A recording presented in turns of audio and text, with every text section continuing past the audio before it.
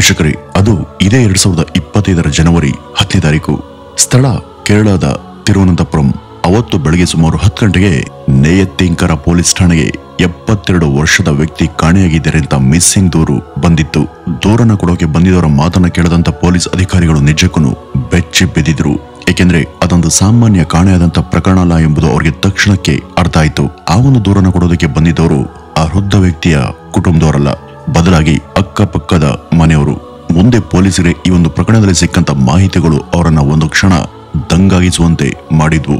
ಹೌದು ವೀಕ್ಷಕರೇ, ನಿಮ್ಗೆಲ್ಲ ಗೊತ್ತಿರುವಂತೆ ಒಬ್ಬ ವ್ಯಕ್ತಿ ಸಹಜವಾಗಿ ಸಾಯಬಹುದು, ಅಥವಾ ಅನಾರೋಗ್ಯ, ಅಪಘಾತ, ಹತ್ಯೆ, ಅಥವಾ ಅವರೇ ತಮ್ಮ ಪ್ರಾಣವನ್ನು ಕಳ್ಕೊಂಡು ಈ ರೀತಿ ಸಾಯಬಹುದು. ಆದ್ರೆ ಈ ಕಾಲಘಟ್ಟದಲ್ಲಿ ಯಾವುದೇ ಕಾರಣ ಇಲ್ಲದೆ ಒಬ್ಬ ವ್ಯಕ್ತಿ ಹೀಗೂ ಸಾಯಬಹುದಾ? ಈ ಒಂದು ಪ್ರಶ್ನೆ ಅವರಿಗೆ ನಿಜಕ್ಕೂ ಅಚ್ಚರಿಯನ್ನ ಮೂಡಿಸಿತು. ವೀಕ್ಷಕರೇ, ಇತ್ತೀಚೆಗೆ ಕೇರಳವನ್ನ ಬೆಚ್ಚಿ ಬೀಳಿಸಿದಂತ ಈ ಒಂದು ಸಮಾಧಿ ಪ್ರಕರಣ ಆರಂಭದಿಂದನೂ ಕೂಡ ಅಂತ್ಯದವರೆಗೂ ಏನೆಲ್ಲ ನಡೀತು ಎಂಬುವಂತ ರೋಚಕ ಸ್ಟೋರಿಯನ್ನ ಈ ಮುಂದೆ ತಿಳಿತಾ ಹೋಗೋಣ. ವೀಕ್ಷಕರೇ, ಕಾಣೆಯಾಗಿರುವಂತ ವ್ಯಕ್ತಿ ಹೆಸರು ಗೋಪನ್ ಸ್ವಾಮಿ, ಆದ್ರೆ ಅವ್ರ ನಿಜವಾದ ಹೆಸರು ಮಣಿಯನ್. ಈ ಗೋಪನ್ ಸ್ವಾಮಿ ಕಾಣೆಯಾಗಿದ್ದಾರೆ ಎಂಬ ದೂರು ಜನವರಿ 9ನೇ ತಾರೀಕು ಪೊಲೀಸರಿಗೆ ಕೊಡಲಾಗಿತ್ತು. ಆ ದಿನವೇ ಗೋಪನ್ ಸ್ವಾಮಿ ಮೋಕ್ಷವನ್ನ ಪಡೆದಿದ್ದಾರೆ ಎಂಬ ಪೋಸ್ಟರ್ಗಳು ಅವರ ಮನೆಯ ಮುಂದೆ ಹಾಗೂ ಪಕ್ಕದ ಮನೆಗಳ ಬಳಿ ಅಂಟಿಸಲಾಗಿತ್ತು. ಅವತ್ತು ಬೆಳಗ್ಗೆ ಅಕ್ಕಪಕ್ಕದ ಮನೆಯವರು ಆ ಒಂದು ಪೋಸ್ಟರ್ ಅನ್ನು ನೋಡಿ ನಿಜಕ್ಕೂ ಬೆಚ್ಚಿ ಬಿದ್ದಿದ್ರು. ನಂತರ ಅವರು ಕುಟುಂಬದವರನ್ನ ಈ ಒಂದು ವಿಷಯದ ಕುರಿತು ವಿಚಾರಿಸ್ತಾರೆ. ಆಗ ಅವರು, ಹೌದು, ಆ ಒಂದು ಪೋಸ್ಟರ್ ನಲ್ಲಿ ಇರೋದು ಸತ್ಯ, ನಿನ್ನೆ ರಾತ್ರಿ ಅವರು ಮೋಕ್ಷ ಪಡೆದಿದ್ದಾರೆ ಅಂತ ಹೇಳ್ತಾರೆ. ಈ ಒಂದು ಉತ್ತರವನ್ನ ಕೇಳದಂತ ನೆರೆಹೊರೆಯವರು ನಂಬಲಿಲ್ಲ. ಅವರೆಲ್ಲರಿಗೂ ಅನುಮಾನ ಮೂಡಿತು. ತಕ್ಷಣವೇ ಅಕ್ಕಪಕ್ಕದವರೆಲ್ಲರೂ ಸೇರಿ ಪೊಲೀಸ್ ಸ್ಟೇಷನ್ಗೆ ಹೋಗಿ ಒಂದು ಮಿಸ್ಸಿಂಗ್ ಕಂಪ್ಲೇಂಟ್ ಅನ್ನ ದಾಖಲು ಮಾಡ್ತಾರೆ. ಆಮೇಲೆ ಕೆಲವೇ ಕ್ಷಣಗಳಲ್ಲಿ ಪೊಲೀಸರು ಅಲ್ಲಿಗೆ ಬಂದು ಗೋಪನ್ ಸ್ವಾಮಿಯ ಪತ್ನಿ, ಅವ್ರ ಮಕ್ಕಳು ರಾಜಸೇನನ್ ಮತ್ತು ಸನಂದನ್ ಹಾಗೂ ಸೊಸೆಯವರನ್ನ ವಿಚಾರಣೆ ಮಾಡ್ತಾರೆ. ಅವರು ಪೊಲೀಸರ ಹತ್ರ ಈ ಅಕ್ಕಪಕ್ಕದವ್ರ ಬಳಿ ಏನು ಉತ್ತರ ಕೊಟ್ಟಿರ್ತಾರೋ ಅದನ್ನೇ ಅಲ್ಲೂ ಹೇಳ್ತಾರೆ. ಆದ್ರೆ ಇದನ್ನ ಕೇಳದಂತ ಪೊಲೀಸರು, ಸರಿ ಹಾಗಾದ್ರೆ ಅವ್ರ ದೇಹ ಎಲ್ಲಿ ಅಂತ ಕೇಳಿದ್ರು. ಆಗ ಆ ಕುಟುಂಬದವರು ಪೊಲೀಸರನ್ನ ಅವರ ಮನೆಯ ಪಕ್ಕದ ತಳದಲ್ಲಿ ಒಂದಷ್ಟು ಗಿಡ ಬಳ್ಳಿಗಳು ಬೆಳೆದಿದ್ದು, ಅದರ ಮಧ್ಯ ಸಿಮೆಂಟ್ ನಿಂದ ನಿರ್ಮಿಸಿರುವಂತ ಒಂದು ಸಮಾಧಿ ಇತ್ತು. ಅದನ್ನು ತೋರಿಸ್ತಾ ಅವರ ದೇಹ ಇದರಲ್ಲಿದೆ ಅಂತ ಹೇಳಿದ್ರು. ಇದನ್ನ ಕೇಳದಂತ ಪೊಲೀಸರು ಅಚ್ಚರಿಯಿಂದ ಅವರು ಜೀವಂತವಾಗಿದ್ದಾಗಲೇ ಇದರಲ್ಲಿ ಹೋಗಿದ್ದಾರಾ ಅಥವಾ ಸತ್ ಮೇಲೆ ನೀವೇ ಸಮಾಧಿಯಲ್ಲಿ ಇಟ್ಟಿದ್ದೀರಾ ಅಂತ ಕೇಳಿದ್ರು. ಆಗ ರಾಜಸೇನನ್, ಜನವರಿ 9 ರಾತ್ರಿ ನನ್ನ ತಂದೆ ಇಲ್ಲಿ ಒಬ್ಬರೇ ಬಂದು ಧ್ಯಾನದಲ್ಲಿ ಕೂತಿದ್ರು. ಧ್ಯಾನದಲ್ಲಿದ್ದಾಗಲೇ ಅವರು ಮೋಕ್ಷವನ್ನ ಪಡೆದ್ರು. ನಾವು ಬಂದು ಪರೀಕ್ಷೆ ಮಾಡಿದಾಗ ಅವರು ಸತ್ತಿದ್ದಾರೆ ಅಂತ ನಮ್ಗೆ ಗೊತ್ತಾಯ್ತು. ನಂತರ ನಾವು ಅವರನ್ನ ಈ ಒಂದು ಸಮಾಧಿಯಲ್ಲಿ ಇಟ್ವಿ. ಅದಾದ್ಮೇಲೆ ನಾವು ಮಾಡಬೇಕಾದಂತ ಕಾರ್ಯಗಳನ್ನ ಶಾಸ್ತ್ರೋಕ್ತವಾಗಿ ಎಲ್ಲಾ ವಿಧಿವಿಧಾನಗಳೊಂದಿಗೆ ಮುಗಿಸಿದ್ವಿ ಅಂತ ಹೇಳಿದ್ರು. ಆಮೇಲೆ ಅವರು ಇನ್ನೊಂದು ಆಶ್ಚರ್ಯಕರ ಸಂಗತಿಯನ್ನು ಕೂಡ ಪೊಲೀಸರ ಮುಂದೆ ಹೇಳಿದ್ರು. ಅದೇನಪ್ಪ ಅಂದ್ರೆ, ಈ ಒಂದು ಸಮಾಧಿಗೆ ಹಾಕಿದಂತ ಕಲ್ಲು ನನ್ನ ತಂದೆ 5 ವರ್ಷಗಳ ಹಿಂದೆ ಸಂಗ್ರಹ ಮಾಡದಂತ ಪವಿತ್ರವಾದಂತ ಕಲ್ಲು ಅಂತ ಆತ ಉತ್ತರ ಕೊಟ್ಟಿದ್ದ. ಆಮೇಲೆ ಪೊಲೀಸರು ಗೋಪನ್ ಸ್ವಾಮಿಯ ಪತ್ನಿಯನ್ನ ವಿಚಾರಣೆ ಮಾಡಿದಾಗ ಆಕೆ ಕೂಡ ಸಾಕಷ್ಟು ಮಾಹಿತಿಯನ್ನ ಪೊಲೀಸರಿಗೆ ಕೊಡ್ತಾಳೆ.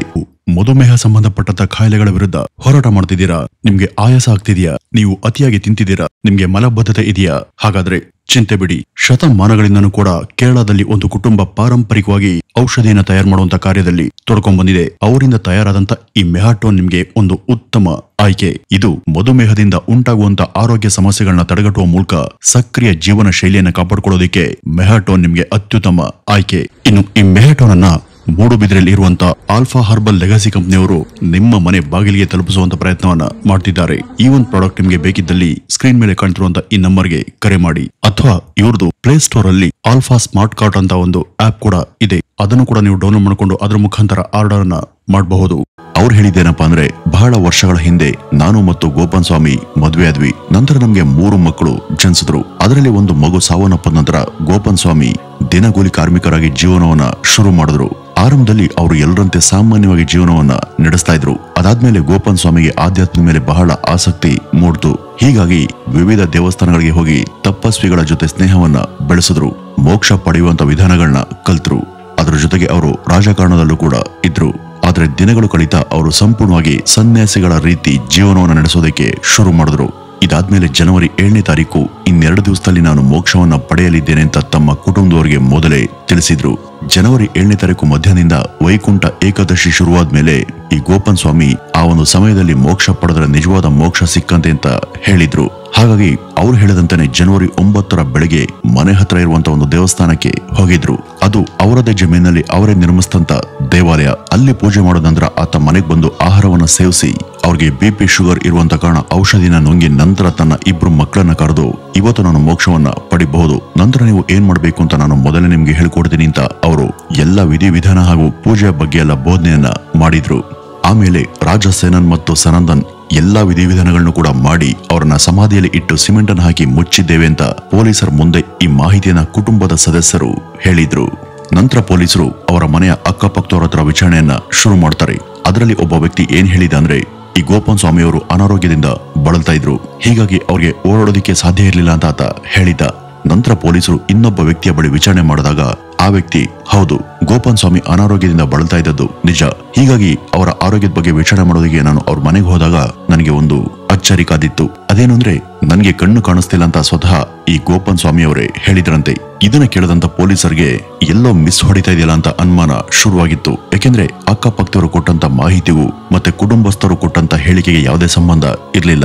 ಇದು ಸಹಜ ಸಾವ ಅಥವಾ ಕೊಲೆ ಇರಬಹುದಾ ಎಂಬ ಅನುಮಾನ ಪೊಲೀಸರಲ್ಲಿ ತೀವ್ರವಾಗಿ ಕಾಡ್ತಾ ಇತ್ತು. ಹೀಗಾಗಿ ಪೊಲೀಸರು ತನಿಖೆಯನ್ನ ಮತ್ತಷ್ಟು ಚುರುಕುಗೊಳಿಸ್ತಾರೆ. ಆಗ ಪೊಲೀಸರಿಗೆ ಒಂದು ಮುಖ್ಯ ಮಾಹಿತಿ ಸಿಗುತ್ತೆ.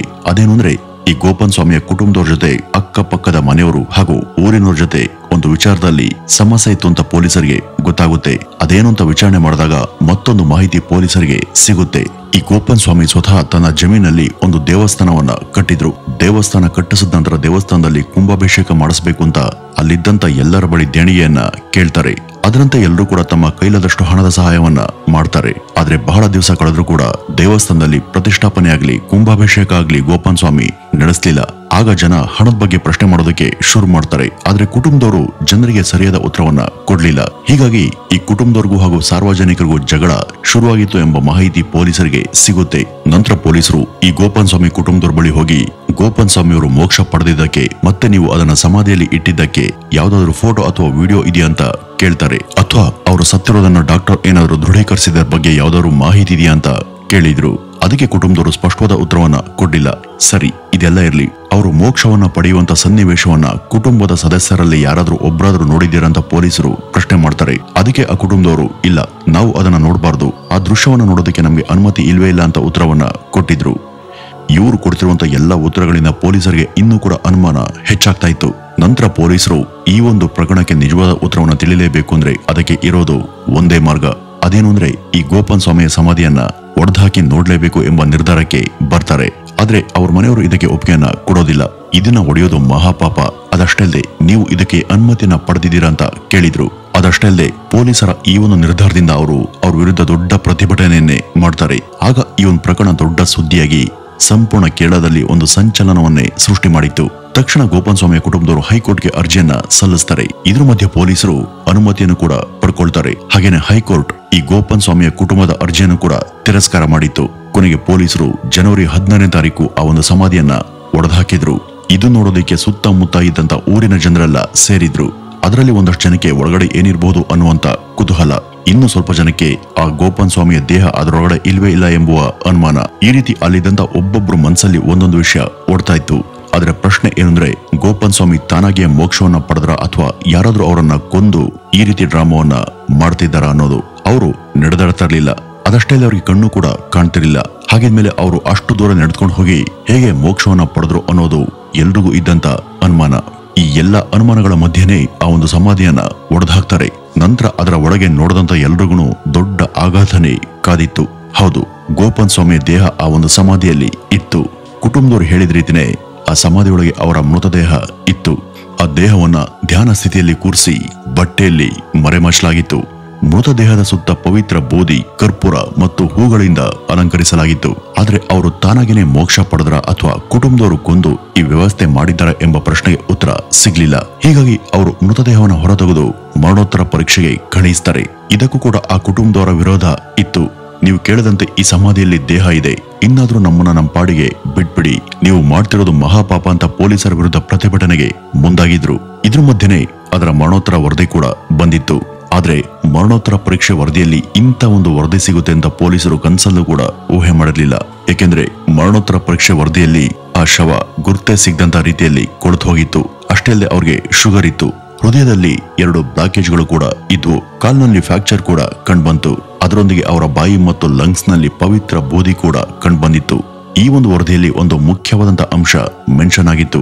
ಅದೇನಪ್ಪ ಅಂದ್ರೆ ಇದೆಲ್ಲವೂ ಕೂಡ ಆ ವ್ಯಕ್ತಿ ಬದುಕಿದ್ದಾಗ ಇದ್ದಂತ ಸಮಸ್ಯೆಗಳು ಅಷ್ಟೇ. ಅಂದ್ರೆ ಇದರ ಅರ್ಥ ಯಾರೂ ಕೂಡ ಅವ್ರ ಮೇಲೆ ಹಲ್ಲೆ ಮಾಡಿಲ್ಲ ಮತ್ತು ಮೃತದೇಹದಲ್ಲಿ ಯಾವುದೇ ಹಲ್ಲೆಗೆ ಒಳಗಾದಂತ ಗಾಯಗಳು ಕೂಡ ಕಂಡುಬಂದಿಲ್ಲ. ಅಷ್ಟೇ ಅಲ್ಲದೆ ಗೋಪಾಲ್ ಸ್ವಾಮಿಗೆ ಯಾರಾದ್ರೂ ವಿಷವನ್ನ ಕೊಟ್ಟಿರಬಹುದು ಅಂತ ಪರೀಕ್ಷೆ ಮಾಡಿದಾಗ ಅವ್ರ ದೇಹದಲ್ಲಿ ಯಾವುದೇ ವಿಷದ ಅಂಶಗಳು ಪತ್ತೆ ಆಗ್ಲಿಲ್ಲ. ಹಾಗಾಗಿ ಇದು ಕೊಲೆ ಅಲ್ಲ ಅಂತ ಪೊಲೀಸರು ತಮ್ಮ ತನಿಖೆಯ ಮೂಲಕ ದೃಢಪಡಿಸ್ತಾರೆ. ನಂತರ ಪೊಲೀಸರು ಮರಣೋತ್ತರ ಪರೀಕ್ಷೆ ಮುಗಿದ ನಂತರ ಅವರ ಶವವನ್ನ ಮರಳಿ ಕುಟುಂಬದವರಿಗೆ ಒಪ್ಪಿಸ್ತಾರೆ. ಮತ್ತೊಮ್ಮೆ ಅವರು ಸ್ವತಃ ದೇವಸ್ಥಾನದ ಬಳಿನೇ ಸಮಾಧಿಯನ್ನ ಮಾಡಿ ವಿಧಿವಿಧಾನವನ್ನ ಮುಗಿಸಿ ಅಂತ್ಯ ಸಂಸ್ಕಾರವನ್ನ ಮಾಡ್ತಾರೆ. ಕೊನೆಗೆ ಇದು ಇಚ್ಛಾ ಮರಣ ಅಂತ ತಿಳಿದು ಬರುತ್ತೆ. ವೀಕ್ಷಕರೇ, ಈ ಒಂದು ಸಮಾಧಿ ಪ್ರಕರಣ ಇಡೀ ಕೇರಳದಾದ್ಯಂತ ಸಖತ್ ಸದ್ದನ್ನ ಮಾಡಿತ್ತು. ಪೊಲೀಸರು ಏನೇ ಕಸರತ್ತನ್ನ ಮಾಡಿದ್ರು, ಎಷ್ಟೇ ಇನ್ವೆಸ್ಟಿಗೇಷನ್ ಅನ್ನ ಮಾಡಿದ್ರು ಕೂಡ ಅವ್ರಿಗೆ ಇದರಲ್ಲಿ ಯಾವುದೇ ಒಂದು ಸಣ್ಣ ಕ್ಲೂ ಕೂಡ ಸಿಗ್ಲಿಲ್ಲ. ಕೊನೆಗೆ ಅದು ಇಚ್ಛಾ ಮರಣ ಅಂತಾನೆ ಪ್ರೂವ್ ಆಯ್ತು. ಆದ್ರೆ ಆ ಊರಿನ ಜನಕ್ಕೆ ಮತ್ತೆ ಪೊಲೀಸರಿಗೆ ಇಚ್ಛಾ ಮರಣ ಅಲ್ಲ ಅನ್ನುವಂತ ಅನುಮಾನ ಈಗಲೂ ಕೂಡ ಇದೆ. ವೀಕ್ಷಕರೇ, ಇದಿಷ್ಟು ಇವತ್ತಿನ ಈ ಒಂದು ವಿಡಿಯೋದ ಮಾಹಿತಿ. ಇನ್ನು ಈ ಒಂದು ಘಟನೆ ಬಗ್ಗೆ ನಿಮ್ಮ ಅನಿಸಿಕೆಯನ್ನ ಕಮೆಂಟ್ ನ ಮೂಲಕ ತಿಳಿಸಿ. ನಮಸ್ಕಾರ.